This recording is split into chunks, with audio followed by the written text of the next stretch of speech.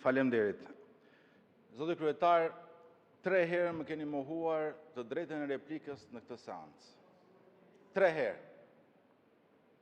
Tani nëse ju mendoni se përmes arrogancës buron legitimiteti juaj, më vjen keq për këtë gjë. Atë shikoni sa qeçera keni bërë. Vetë flisni, vetë votoni, edhe vetë duar trokisni njëri tjetrin.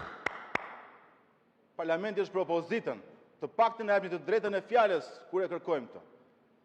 Siç e kërkon ajo rregulloria, që ju e përdorni si kamzhik për të përjashtuar me muaj të tërë deputetët e opozitës.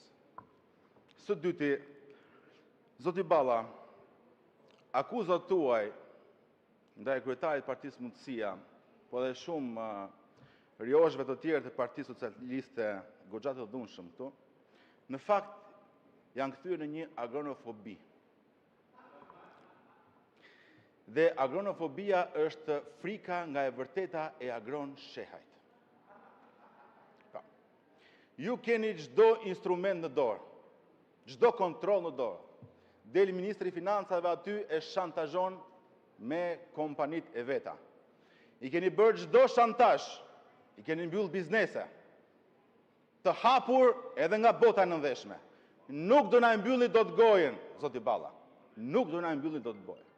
Por sigurisht, ju nuk jeni mësuar me një model biznesmeni që krijon me 10 mijëra vende pune dhe ka sjell 100 miliona euro në ekonomi shqiptare. Ju jeni mësuar me modele çantash, siç doli ai përgjimi i famshëm. Jam taulanti, dua 100.000 euro. Dhe ja çoi çantën biznesmeni duke menduar se ishte taulant Balla. Dhe në fakt, vesi vazhdoni me bixhos në mes të Evropës, dhe në fakt nuk do bëni më bixhos. Përfundoni. Zoti Balla. Jo, po thoj Maler, 10 sekonda, po thoja këtë, vazhdo me bixhozin në mes të Evropës, dhe shqiptarët kanë dalë në shesh taulant, nuk do të lejojnë më të bësh bixhos. Ti, gjithë maxhoranca dhe Edi Rama me jetën e shqiptarëve. Zoti Balla.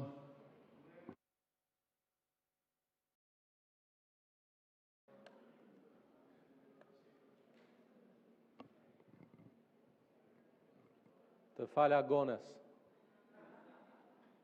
O Gone,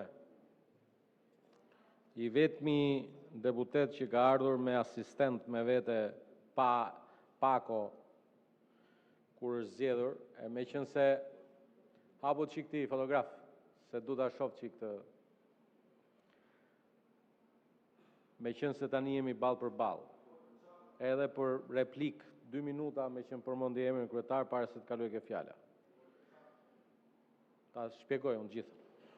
Se ka të arrestuar për atë çështje dhe shko t'i pyesësh. Kur ishim numëronin votat e diasporës, ky më fuste miq mua që t'i kërkoja numëruesve tan. I kam mesazhet këtu, në? I kam mesazhet këtu. Këtu. Hajde du të lexojnë të gjitha mesazhet tani. Më fusi e miq që t'i thoja numëruesve të Partisë Socialiste të ruajnë votat e tua se po t'i vidhte PD-ja. Është kështu apo jo? Betohu këtu. Betohu thash. Betohu. Turp kesh. Vetëm burr s'mund bëhesh ti. Ti kaq vetëm.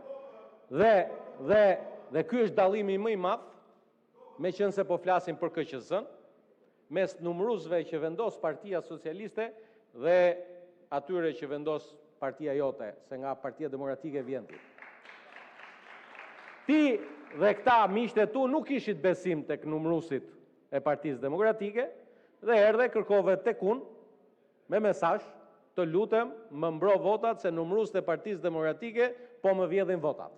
Mos qesh, s'është e vërtetë. Dëgjoj, ta kisha thënë kisha 1 vit, ta kisha thënë mos u kruaj me mua. Të lutem shumë, mos ash.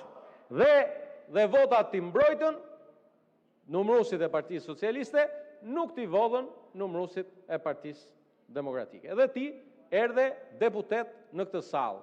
Fal numëruesve të Partisë Socialiste, edhe pse unë bëj pjesë në ata që mendoj që koha kur partitë numërojnë votat ka përfunduar një herë për gjithmonë.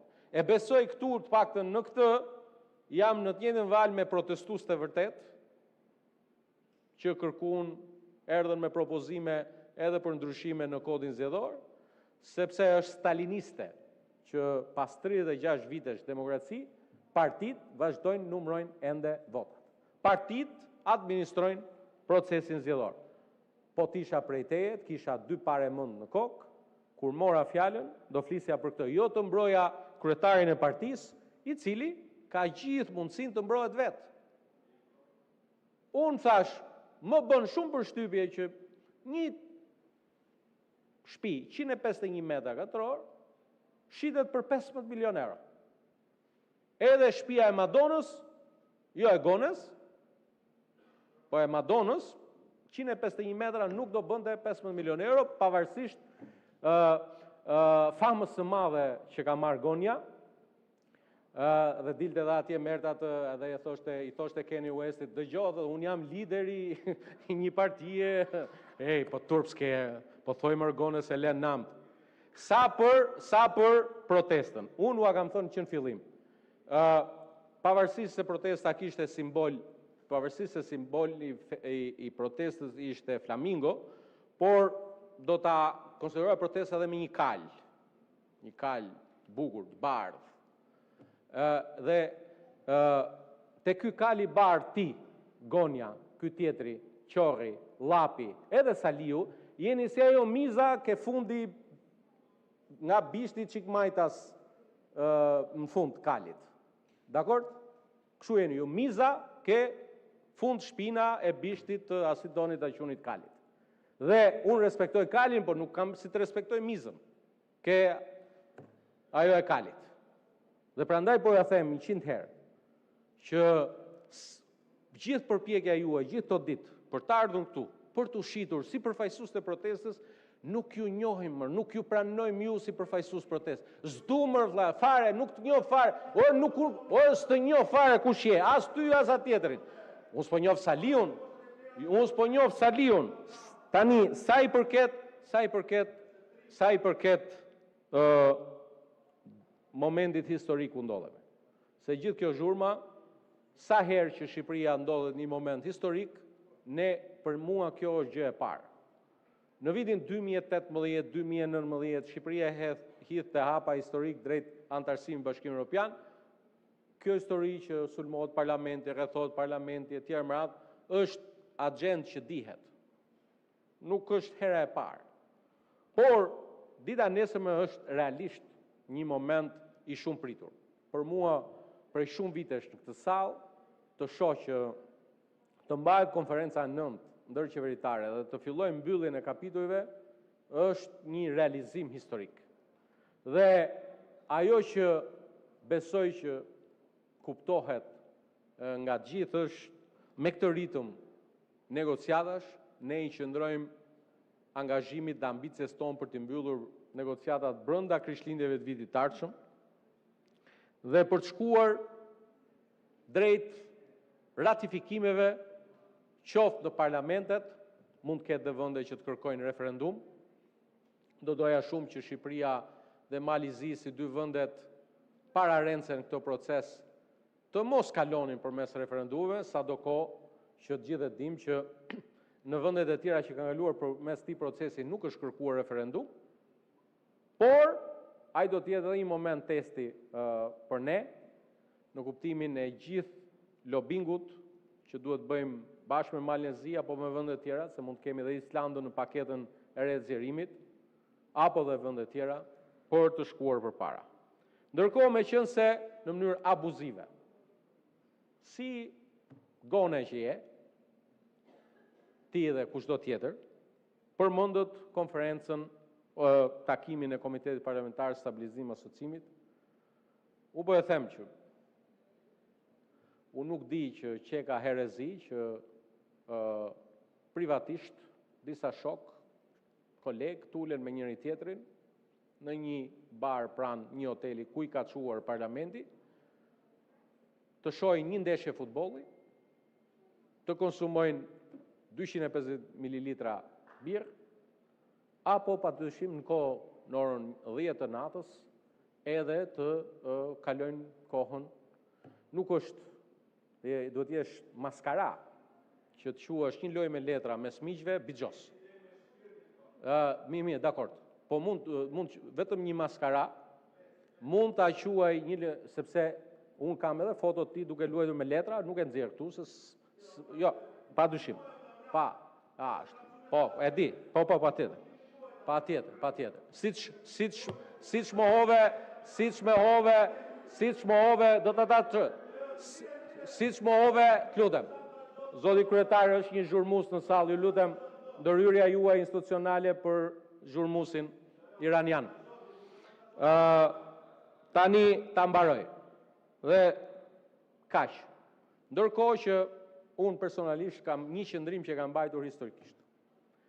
Kur kam parë protestues shkojnë ke selia e Partisë Demokratike, kam reaguar këtu dhe kam thënë është e turpshme që protestuesit shkojnë në selinë e një partie. Nuk ka rëndësi kush është partia. Mund të jetë Partia Demokratike, mund të jetë Partia Socialiste, mund të jetë çdo parti tjetër. Është e turpshme që të sulmohet një deputet, disa deputet, shumë deputet, një parti, në jetën e tyre private. Edhe pse gjithë që kjo është një vepër penale, dhe u them gjithë atyre që e çojnë ndërmend këtë, mos e kryeni dhe mos u përdorni ta bëni këtë vepër penale. Sa i përket kjo historia e vezëve etj, unë edhe këtë e kam film të parë. Në vitin 2019, këto vezët mi çoje ti dhe Luli kur ti ishe bashkë me Gonën ke partia Lulit. E keni tentuar këtë, keni ardhur poshtë shtëpisë time, ti bashkë me vezët, bashkë me Gonën, bashkë me Lulin, po, patjetër. Por duhet